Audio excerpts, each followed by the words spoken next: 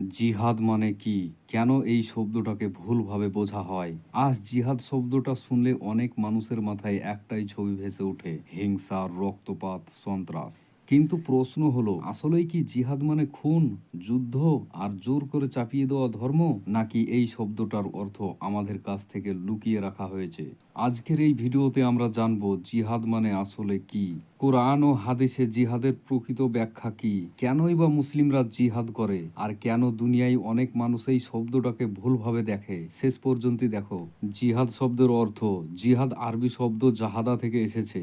এর অর্থ হলো সর্বোচ্চ চেষ্টা করা, সংগ্রাম করা, নিজেকে সঠিক পথে রাখার জন্য লড়াই করা। মনে রাখবে, জিহাদ মানে যুদ্ধ না, জিহাদ মানে অস্ত্র না।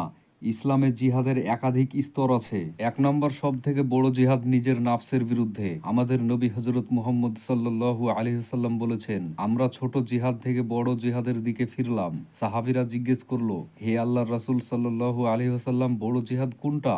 তিনি বললেন, নিজের নাফসের বিরুদ্ধে জিহাদ, অর্থাৎ রাগ নিয়ন্ত্রণ করা, হারাম থেকে নিজেকে বাঁচানো, মিথ্যা, সুদ, জুলুম ছেড়ে দেওয়া, খারাপ অভ্যাসের বিরুদ্ধে লড়াই করা। এই জিহাদ প্রতিদিনের নীরব কিন্তু সবচেয়ে কঠিন। দুই নম্বর, কলম ও কথার জিহাদ। জিহাদ শুধু তলোয়ার দিয়ে নয়, কলম দিয়েও হয়।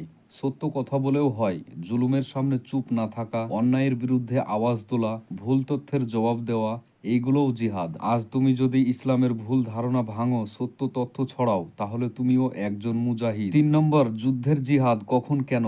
এখন আসি সবচেয়ে ভুল বোঝার অংশে। ইসলামে যুদ্ধের অনুমতি দেওয়া হয়েছে শুধু তখন যখন মুসলমানদের ওপর জুলুম করা হয়, যখন তাদের ঘর বাড়ি থেকে বের করে দেওয়া হয়। আত্মরক্ষার জন্য কোরআনে স্পষ্ট করে বলেছে, সীমালঙ্ঘন করো না, আল্লাহ সীমালঙ্ঘনকারীদের পছন্দ করেন না। যুদ্ধে নিষেধ আছে নারী হত্যা, শিশু হত্যা, বৃদ্ধ হত্যা, উপাসনালয় ধ্বংস, নিরীহ মানুষ হত্যা। প্রশ্ন হলো, যারা এইসব করে তারা কি জিহাদ করছে, না তারা ইসলামের বিরুদ্ধে কাজ করছে? তাহলে সন্ত্রাসবাদ কেন জিহাদের নামে? আসলে কিছু গোষ্ঠী নিজেদের রাজনৈতিক স্বার্থে, ক্ষমতার লোভে, অজ্ঞতার কারণে জিহাদ শব্দটাকে অস্ত্র বানিয়েছে। আর পশ্চিমা মিডিয়ারা সেটিকেই বারবার দেখিয়েছে, আর ধীরে ধীরে দুনিয়ায় ভাবতে শুরু করেছে জিহাদ মানেই সন্ত্রাস। এটা ঠিক যেমন একজন ডাক্তার খুন করলে সব ডাক্তার খুনি হয়ে যায় না।